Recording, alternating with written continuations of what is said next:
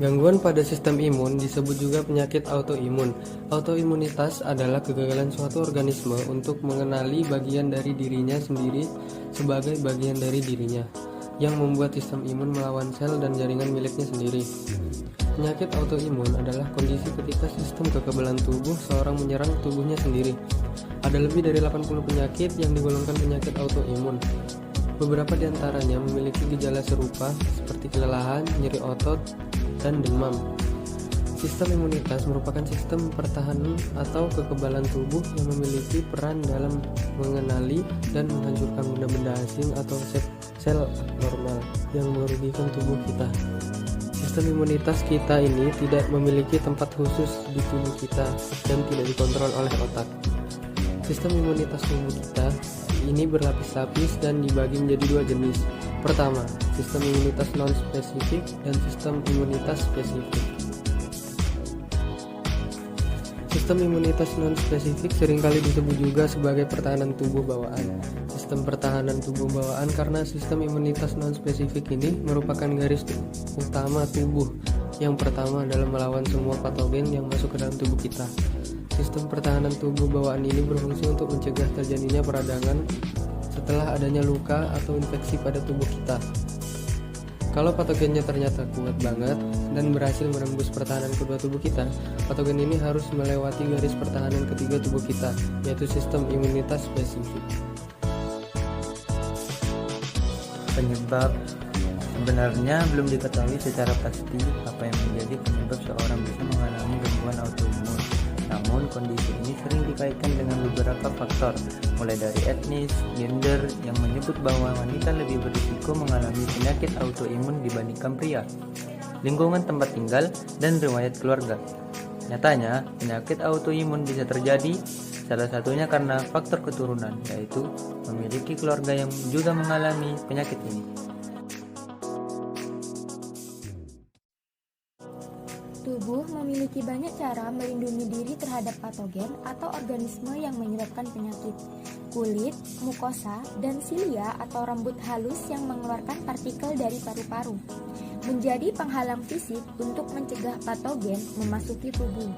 Saat patogen menginfeksi tubuh, pertahanan tubuh kita yang disebut sistem imun terpicu dan patogen tersebut diserang serta dihancurkan atau diatasi. Patogen adalah bakteri, virus, parasit, atau fungi yang dapat menyebabkan penyakit di dalam tubuh. Masing-masing patogen terdiri dari beberapa bagian yang biasanya hanya ada pada jenis patogen tersebut dan penyakit yang diakibatkannya. Bagian patogen yang menyebabkan pembentukan antibodi disebut antigen.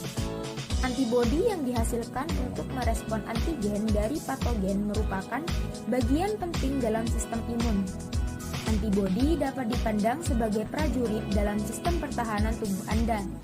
Setiap antibodi atau prajurit dalam tubuh kita dilatih untuk mengenali satu antigen tertentu. Kita memiliki ribuan antibodi yang berbeda di dalam tubuh kita. Saat tubuh manusia terpapar suatu antigen untuk pertama kalinya, sistem imun membutuhkan waktu untuk merespon dan memproduksi antibodi khusus untuk antigen tersebut. Dalam rentang waktu ini, orang tersebut rentan jatuh sakit.